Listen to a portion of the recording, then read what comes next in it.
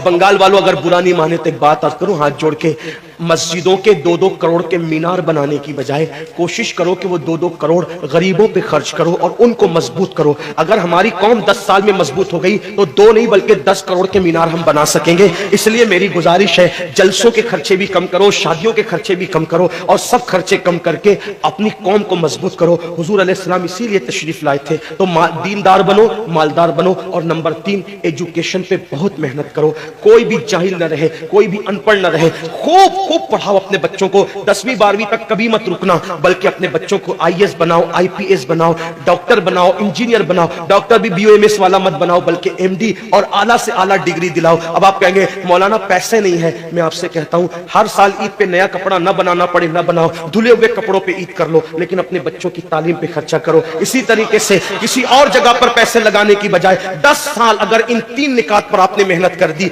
दीनदार बनो, मालदार बनो और एजुकेशन को आम करो। हर बंदे को पढ़ा लिखा बनाओ। आप कहेंगे मौलाना नौकरी नहीं मिलती। मैं कहता हूं, हम नौकरी के लिए नहीं पढ़ते, हम अच्छा इंसान बनने के लिए पढ़ते हैं। इसलिए कि पढ़े लिखे की तिजारत में अनपढ़ की तिजारत में फर्क है, पढ़े लिखे की गुफ्तगू में अनपढ़ की गुफ्तगू में फर्क है, पढ़े लिखे के उठने बैठने में अनपढ़ के उठने बैठने में फर्क है। देखो, आप ये नहीं कहता हूं कि आप सब अनपढ़ हो, लेकिन एक बात आपसे कहता हूं, महफिल में पढ़े लिखों का अंदाज और होता है, अनपढ़ लोगों का अंदाज और होता है। खाने में, पीने में, उठने में, बैठने में तालीम को आम करो।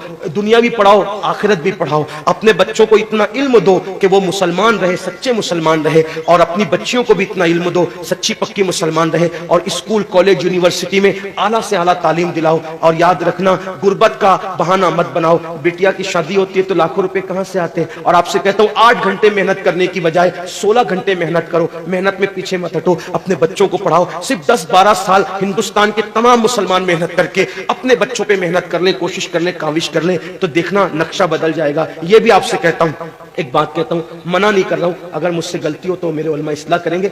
आप मेरी जात को देख के कबूल नहीं करना। बाप के चेहलुम पर 40 देग पकाने की बजाय 1 देग पकाओ। उन 40 देगों का खर्चा बचाकर किसी बच्चे की तालीम पर अपने बाप के इसाले सवाब के लिए खर्चा कर दो। पीर साहब के मजार पर 1 लाख की चादर लाके डालने की बजाय 100 रुपए की चादर डाल दो। बाकी के पैसे बचाकर गरीबों की तालीम पे खर्चा कर दो। पीर साहब के इसाले सवाब के लिए वो उस 1 लाख की चादर से जितना खुश होंगे, वो 100 रुपए की चादर से भी उससे ज्यादा खुश होंगे, क्योंकि आपने किसी को उठा दिया, किसी को आपने तरक्की पे ले गए। एक बात कहता हूं, मेरा पीर जन्नती है तो मेरे पीर को मेरी 1 लाख की चादर से क्या गरज। उसको तो जन्नत में उससे बेहतर लिबास मिल चुका है, उसको तो 1 लाख का उससे बेहतर लिबास मिल चुका है। तो ये बातें तल्ख लगे, माफ करना, लेकिन आपसे एक बात कहता हूं, रसूमात से निकलो, हकीकतों की तरफ आओ। रसूमात से निकलो, सच्चाइयों की तरफ आओ। एक दूसरे को गिराने की कोशिश मत करो, एक दूसरे को उठाने की कोशिश करो। आपस के झगड़े खत्म करो। तेरा सिलसिला बड़ा, मेरा सिलसिला बड़ा, तेरी बिरादरी बड़ी, मेरी बिरादरी बड़ी, तेरा पीर बड़ा, मेरा पीर बड़ा।